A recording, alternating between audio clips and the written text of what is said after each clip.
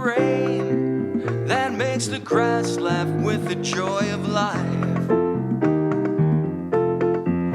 I am the rain that makes the grass laugh with the joy of life.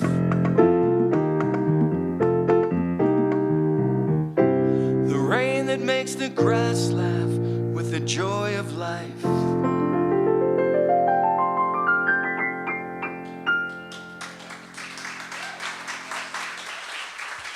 Routine. I love it.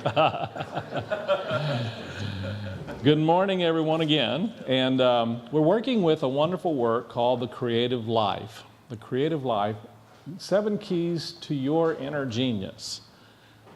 Your inner genius.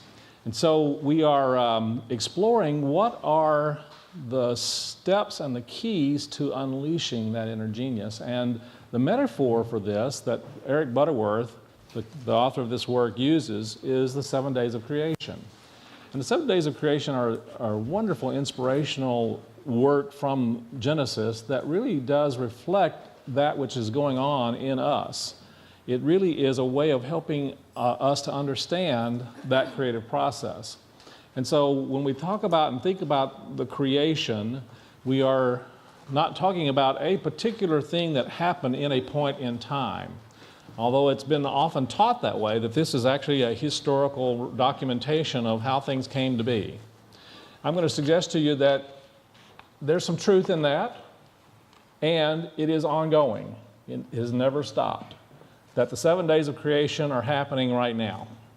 And they're happening in each one of us. And they're happening as a part of our own unique nature. Because we are created in the image and after the likeness of the divine, and therefore we are created as an extension and an expression of that creative power and energy. And part of what we're tapping into and learning is to begin to practice ways of being involved in that in an aware and a conscious way. And as I begin to think about and look at different understandings, one of the first steps or the first keys that Eric talks about and the first day is let there be light. Let there be light. And when we talked last week about this understanding that light is really awareness or understanding. It is, as Eckhart Tolle would call it, just simple awareness. In Unity, we'd say it is consciousness. In the beginning, there's consciousness. Consciousness is a pretty big word, and it's sometimes really difficult and challenging to define what that is and what that means. But what really came to me in this work of exploring and discovering our creative being, our creative nature, is the consciousness that we, first of all, we are creating. That even right now, in this moment, we are in the process of creating. We're creating through our thoughts, our feelings, our beliefs, our attitudes. We're creating through our emotions. We are creating through our consciousness. And we are in that process of creating all of the opportunities and all of the experiences that come to us in life. We are in the process of creating all of the difficulties and challenges that come to us in life. And see, we don't want to hear that, I'm sorry, but we are in the process of either, as a way I like to say it is, we are either creating it, we're promoting it, or we are allowing it. And so we are somehow participating in that creative process, yes, even in those difficulties and challenges that are involved in life. So, having said that, one of the things that I wanted to do this morning is that you and I are also participating and working with this understanding on a global scale. We may not really even realize it. We think that we're just getting up in the morning and brushing our teeth and doing our shower and doing all of those things, but we are connected so intricately with all life and all beings that there's nothing that happens in this world or in this universe that doesn't affect us in some way, and I'm going to suggest to you the other way around. The way in which and the energy in which we brush our teeth and take our shower makes a difference in how things are working out in our lives and our world. Some of you are probably familiar that there's been some pretty dramatic and tragic things happening in the Philippines today, right? How many of you are familiar with what's going on? They had a horrendous typhoon, And they're estimating probably as much as 10,000 people have lost their lives as a result of that. Now, I don't know that any of us can hear that or be conscious of that, or even, I think sometimes even unconscious, but there's a part of us that knows that there's a hurt that's happening in our world today. And so what I invite us to do, even in this moment right now, is to take a moment and in our hearts, hold each of those in the Philippines, our brothers and sisters, in our hearts in prayer. Would you take a moment with me and do that? So the way we want to work with this is just take a nice deep breath. Breathe into the heart space. And as we breathe into the heart space, we open our hearts and minds to the presence of God in us as light, as awareness, as understanding, and as a faith in that creative process that is always benevolent and always moving toward the good and always trying to express in that way.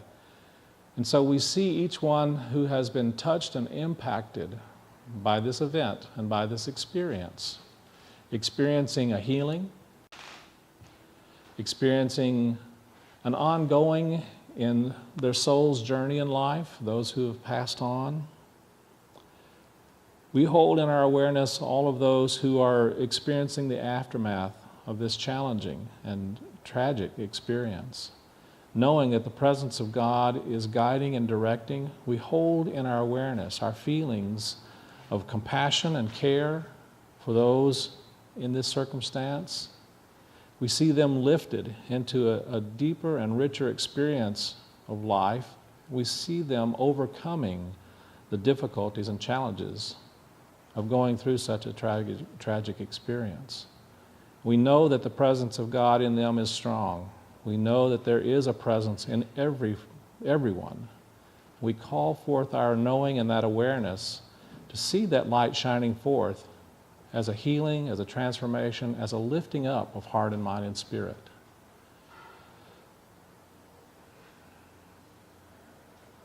We see them surrounded by that light of love, of spirit,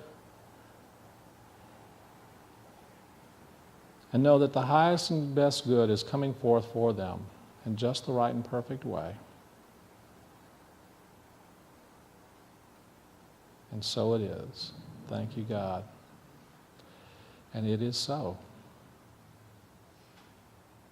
Amen. Thank you. Thank you for joining me in that. When challenges like this come up, I think you can't help but really feel the impact of it for everyone that's actually physically experiencing that. And I think we all feel it and experience it on a heart and soul level, on a psychic level in some way. And so it's really valuable for us to take the time to acknowledge that and to really do our energy work, our consciousness work, our faith work, our work to help bring about and to tap into the presence of something greater and higher that can and will work through these experiences.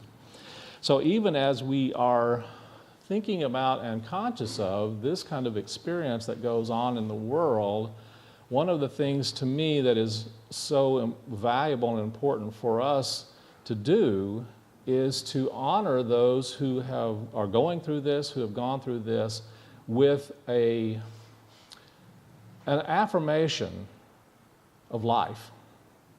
And that is to really live our lives. You understand what I'm saying? I think one of the best tributes that we can pay to anyone who's gone through this and who's lost their life in this physical form is to really honor and bless the life that we have, that we've been given, and to honor it and bless it and participate in that creative process in a loving and a compassion and a conscious way. And the more we can be conscious of that, the greater benefit that we can be in circumstances like this. And so I think it's really valuable for us to participate in holding an awareness and an energy of healing, of transformation, upliftment of heart and mind and spirit and body for those who are experiencing those challenges. That's true not only in this kind of tragic situation, but I believe it's true for each of us as we hold that light for each other, to see the presence of God working in those circumstances and see working through the individuals and lifting them into a greater knowing of the possibilities of good in their lives. So one of the things that I think helps us to celebrate life is laughter. So I'm going to shift gears a little bit. I think it's important for us to shift our energy and shift our awareness and to move into a place of enlightenment, if you know what I mean. So there was a passenger in a taxi had tapped the driver on the shoulder and said something to him. And the driver screamed, lost control of the cab, and almost hit a bus and drove over a curb and stopped just inches from the plate glass window. And the passengers kind of sat there and stunned and silent for a while, and the driver just looked back and said, "Please don't ever do that again. You scared the living daylights out of me." And the passenger, who was also, of course, terrified and frightened and shaking, said, "Well, I'm sorry. I didn't realize a tap on the shoulder would frighten you so much." He says, "Yeah, well, I'm sorry," the driver says. I guess you wouldn't realize it's not your fault. See, today is my first day as a taxi driver, and for 25 years I've driven a Hearst."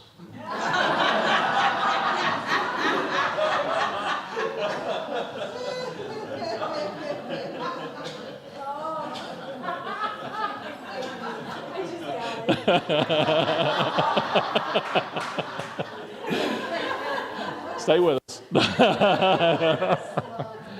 Oh my. Yeah. I'm talking a little bit today about something that these actually relate to in an interesting way. This one is a conversation that was overheard, and someone from the Jokesmiths overheard someone saying, "My greatest fear is that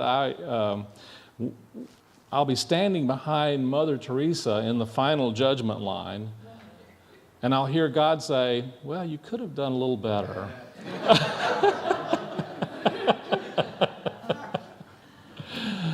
Oh boy.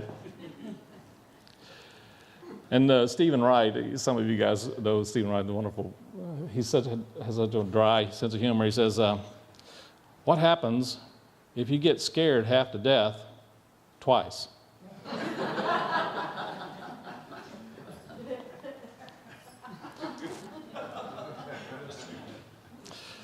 Good question. I don't know.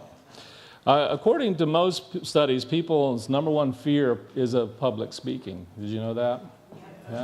Yeah. The number two fear is actually death. And so the average person, if you're going to go to a funeral, you're better off in the casket than doing the eulogy. So I don't necessarily want to make light of death, but I also want us to know that death is not permanent. It's not. It's not the real. It's not the truth. It's not the truth of who and what we are. And I know that's true for all of those who've left their bodies through this typhoon. And I know that's true for all of those who've moved on into other experiences and living. And one of the things I think is valuable for us is to hold that knowing and that awareness that they are spiritual beings and that they are ongoing, and bless them with that understanding and knowing in our hearts and minds, and feel that lightness of spirit for them, that they are experiencing the healing in just the way that's perfect for them in whatever form that takes. Does that make sense? And so I wanted us to hold that awareness for them and just bless them with our light hearts and know that there's something greater in store that they're moving toward and moving into. So getting into our subject today, our subject is the second step in the creative process. And I think about these, and they're called steps, but he calls them keys. And I think keys are a better way of understanding them because they're not always sequential. We don't necessarily always go through these different keys in the same order, or for that matter, at the same time. Sometimes we're actually involved in it all at one time. The second part is, and God said, "Let there be firmament in the midst of the waters," and God called the firmament heaven. So I really was beginning to look at this idea, this word firmament. And the word firmament, metaphysically, really does stand for our faith. It stands for the faculty of faith. It stands for the faith that brings that which is not formed into the form. That which is not in our experiences into our experience. So part of the unfolding process of our creative being is to recognize, one, that we are always in the process of creating. We're creating right now. We're consciously or unconsciously creating. And that one of the ways that we're doing that is through our faith. Now, faith has been taught as something that you have to acquire more of, that you have to get more faith. Anybody ever pray, well, I wish I had more, if only I had more faith? Does that sound familiar? I think it's a very common way of thinking about faith, but one of the things that Eric talks about that I think is so powerful and was really very transformative for me in my life early on when he talks about this in another work called The Discover the Power Within. And it's the understanding that faith is a part of our divine nature. That it is one of what Charles Fillmore calls one of our 12 divine faculties. It is an energy and a faculty or a power, as he calls them, that all of us have, and that we are actually using at all times. Are you aware of that? Are you aware that you would not be able to sit in your chair right now if you did not have faith that it would hold you up? Isn't it true? We'd be terrified, wouldn't we? And we would be terrified, and interestingly enough, if we had that terror of not being held up by the chair, we would actually be using our faculty of faith. Because in reality, there really is no difference. When you are involved in your fears, you are putting faith in something that you don't want. Isn't that true? So it's the same energy, it's the same vibration, it's the same kind of consciousness focused in a way other than what is highest and best for you, other than in a what I would call an anabolic way. I talk about energies, I talk about there are catabolic energies, those that are life depleting, and there are anabolic energies, those that are life enhancing. You and I have a faculty of faith, and the reality is it's actually working at all times. And it is working dependent upon the way in which we are focusing and directing it. And so that's part of what we're here to wake up to. In Hebrews it says, now faith is being sure of what we hope for and certain of what we do not see. It's being sure of what we hope for and certain of what we don't see. So part of the faculty of faith is being able to look beyond, one, as Jesus said, look beyond the appearances, what's already happening out here in the world, but it's also being able to look beyond our own anxieties and fears and doubts and unconsciousness and darkness. It's being able to look beyond that to an understanding that there is something at work in and through us that is always in the process of bringing forth and trying to create a greater experience of blessing, of good, of benevolence in our lives and world.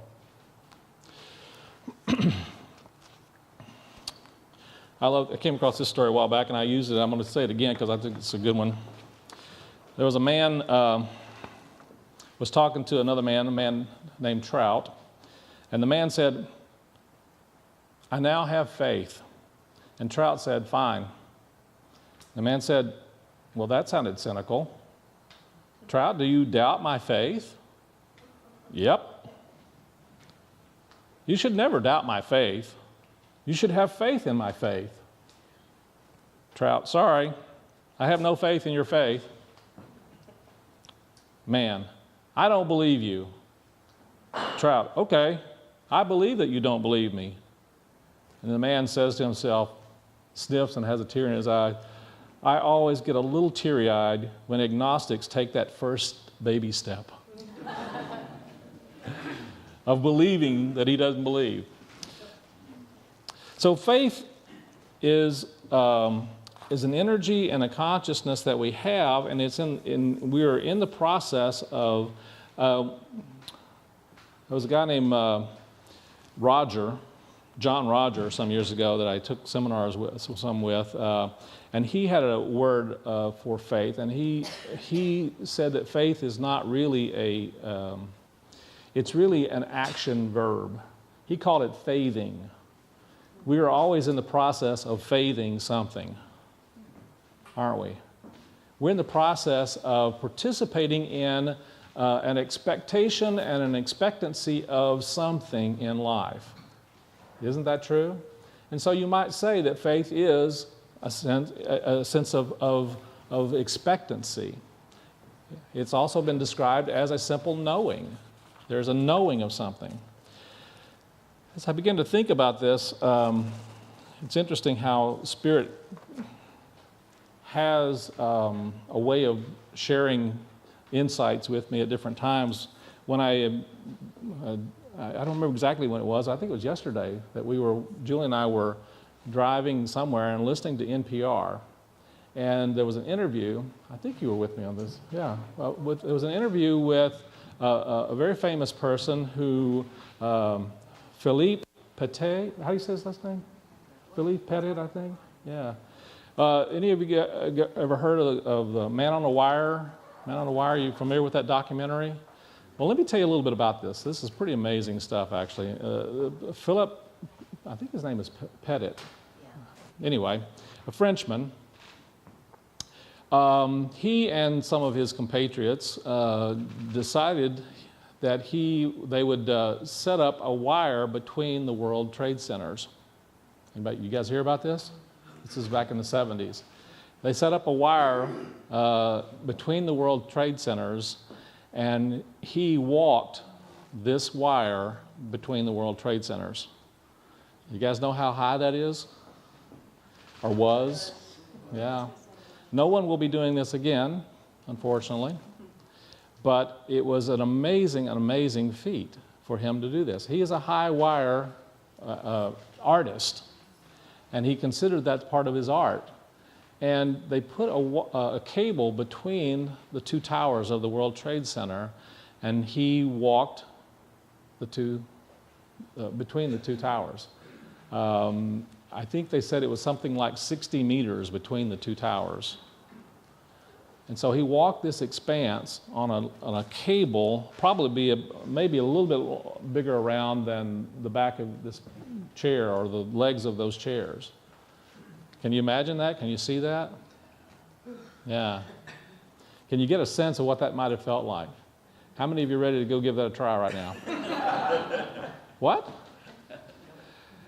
And so one of the things he said that really inspired me, and I watched the TED Talk that he did, and it was a very inspirational TED Talk, and the part that really spoke to me and stood out for me in the interview, and I went back and watched the TED Talk. One of the things he said was that faith replaces doubt in his dictionary.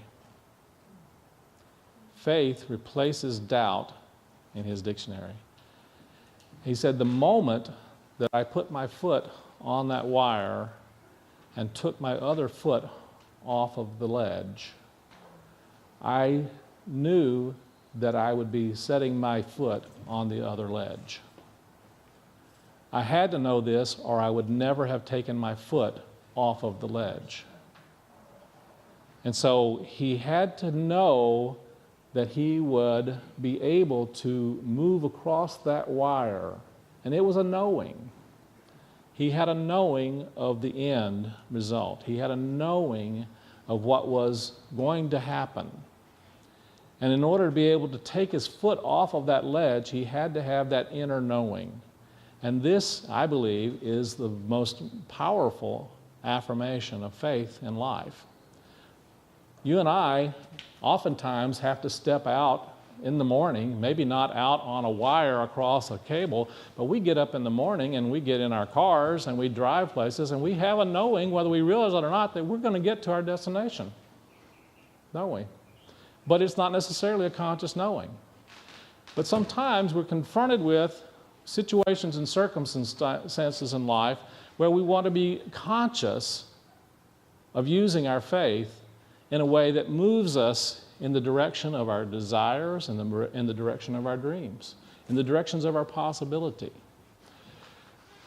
When I look at the word firmament from the scripture, that particular word, one of the words that describes is a word called expanse. When it talks about firmament, it's actually the word firmament. Do you know what that really is? It really is the arc of the atmosphere of the air on our planet.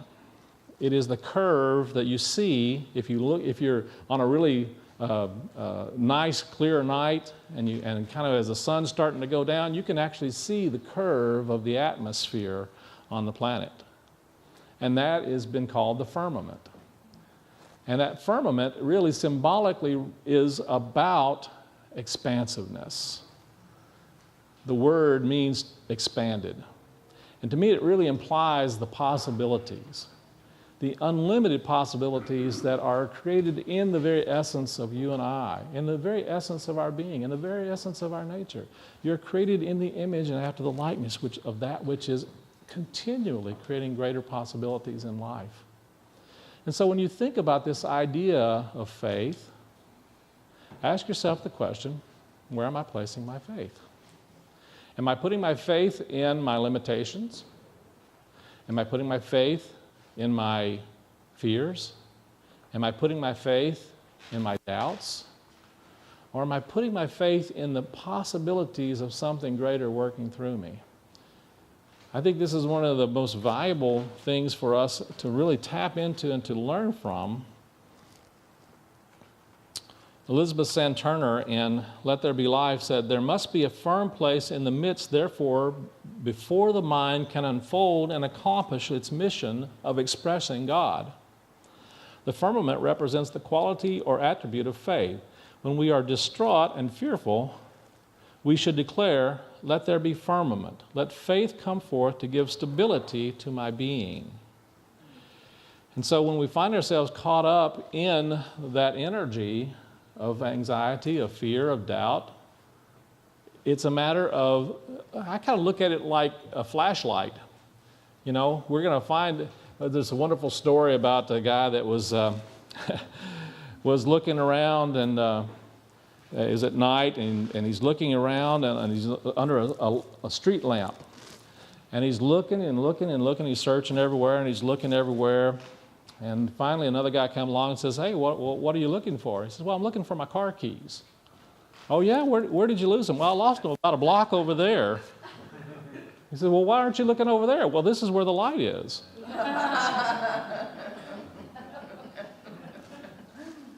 We have the ability to move that light, folks, to move it to where we need to be focused. And that's what we want to do. We want to be able to focus our energy and our consciousness on what it is that we know can be and what the possibilities are. And the more we can put our focus and energy on that, the more we move ourselves in that direction. The more we move ourselves and we become a part of the creative process. Well, actually, no, we don't become that. We already are a part of the creative process. We are consciously participating in the creative process in a way that moves us in a conscious direction of creativity. There was a BC comic where Johnny Hart has one of them saying, "Faith, what is faith? Faith is blowing a dog whistle while hanging off a cliff and knowing that Lassie will hear it." I love that one. Knowing that Lassie will hear it. It's a knowing that there's a process that you are participating in and you are consciously focusing yourself and your energy, your consciousness on the anticipated and expected outcome in life. So,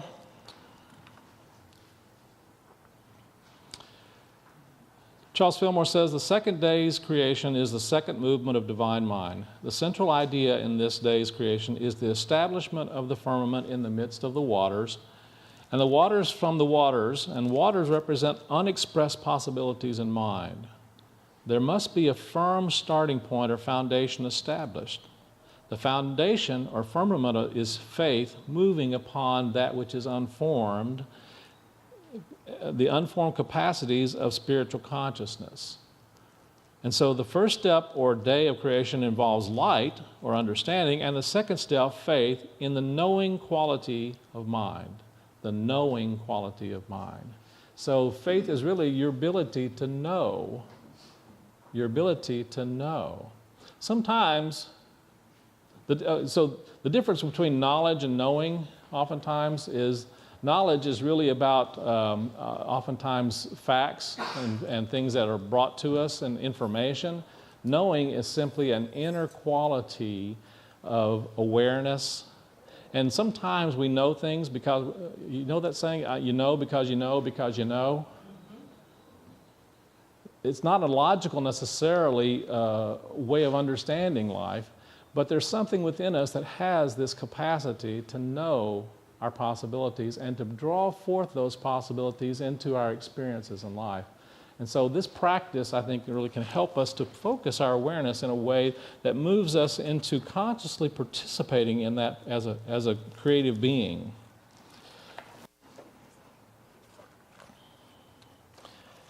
I want to read to you just one little closing thing from Eric.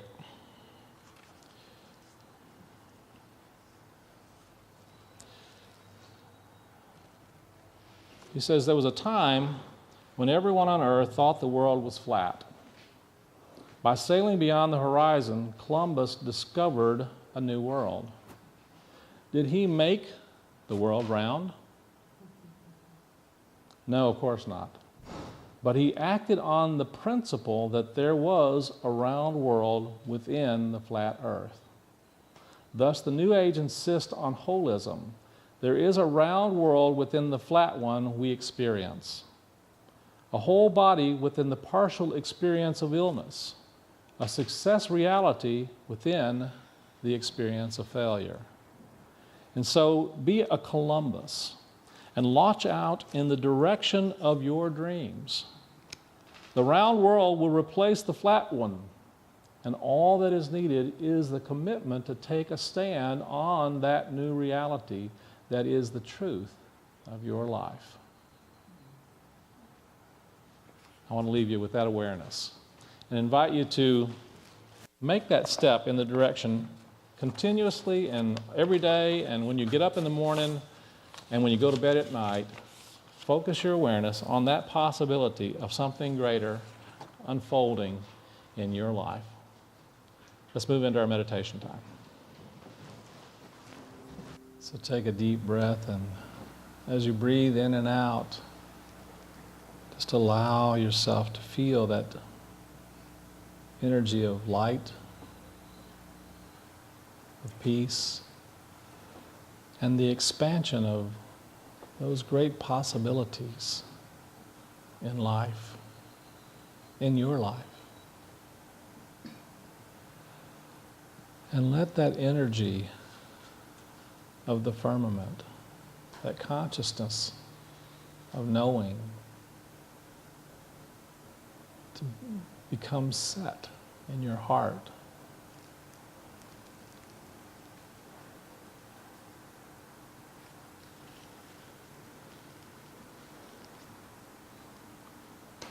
Imagine and visualize your faith faculty as a rheostat. And the electric flow of faith is always potentially available, and we get to determine how it flows and the direction of the flow.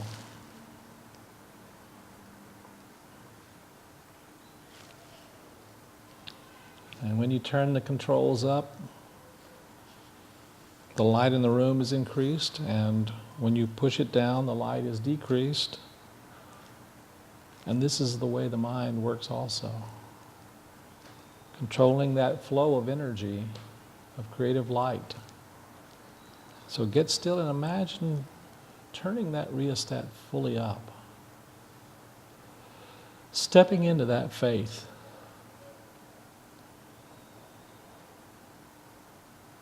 Stepping into a willing suspension of disbelief.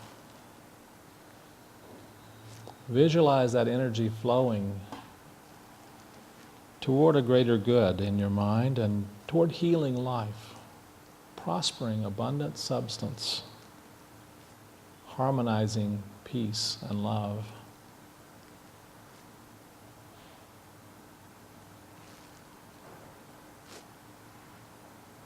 Imagine also and see in your heart and mind your energy, your consciousness as a radio tuner, focusing on a station's particular frequency and receiving that radio programming.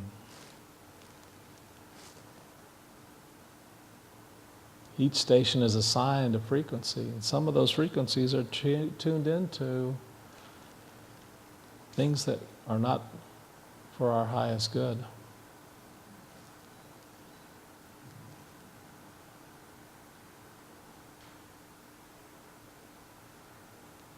Contemplate those channels that are available to you to bring about a greater experience of that presence of love, of creativity, of the divine, of peace and life and health and abundance. And in your mind's eye, imagine and see yourself focusing the dials of your heart and your mind. And just as you would change channels when you were hearing static, you change the channels of your energy, of your consciousness, of your focus into tuning into those stations, those programs that are uplifting, that are life enhancing, that are life blessing and prospering. And so no matter what you may be seeing or experiencing out in your world, I invite you now to change the channels to something that moves you into a deeper, a richer, a fuller, a more joyous experience of the presence of God in your life.